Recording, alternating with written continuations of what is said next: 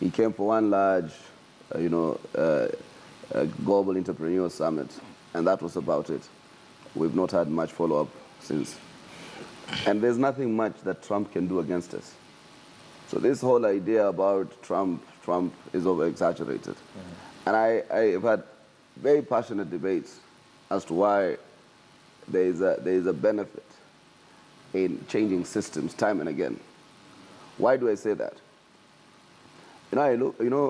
Elections, sometimes you vote or support somebody for a single issue.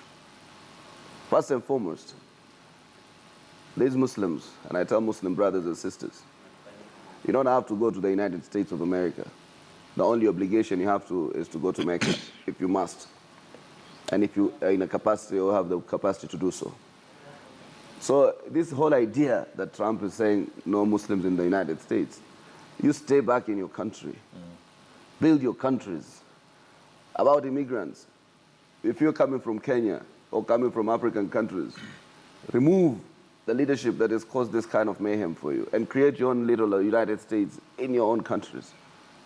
Utilize your resources effectively.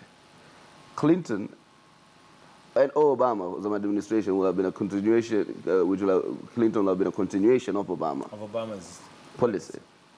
They are clueless with respect to the crisis they've created in the Middle East.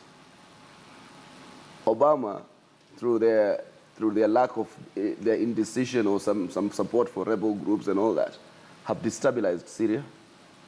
Totally, Syria today is totally in ruin, totally.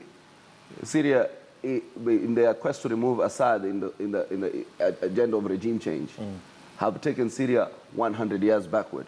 Every time you see images of Syria, it has been razed to rubble. Massive displacement.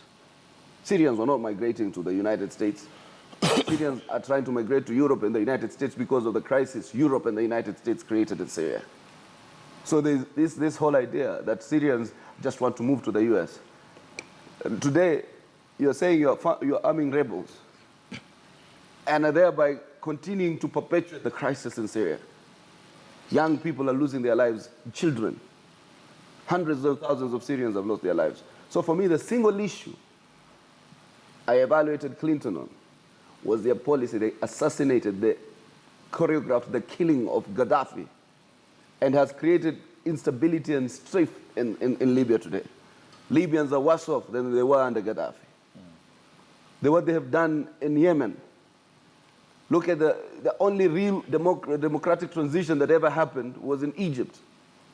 The democratic president was toppled in the full glare of the international community, and hundreds of thousands of their supporters arrested and thousands killed in quelling demonstrations. So for me, I hope the Trump presidency will not go around creating this instability in other countries. Because I've heard Trump saying, you are worse off in Iraq than when you had Saddam Hussein, which is true. You are worse off in Libya than when you had Muammar Gaddafi, which is true. Right now, their quest to remove Bashar al-Assad has ended them in a war and sectarianism and given rise to the ISIS. So I think these people also must evaluate them from the prism of honesty. And this is one of the times that we are told when you rig an election, you rigged it against Bernie Sanders, who was a more progressive politician. You wanted to entrench the Clinton dynasty. So when you rig elections, people will rig you out. All right. Muriuki Jagagwa,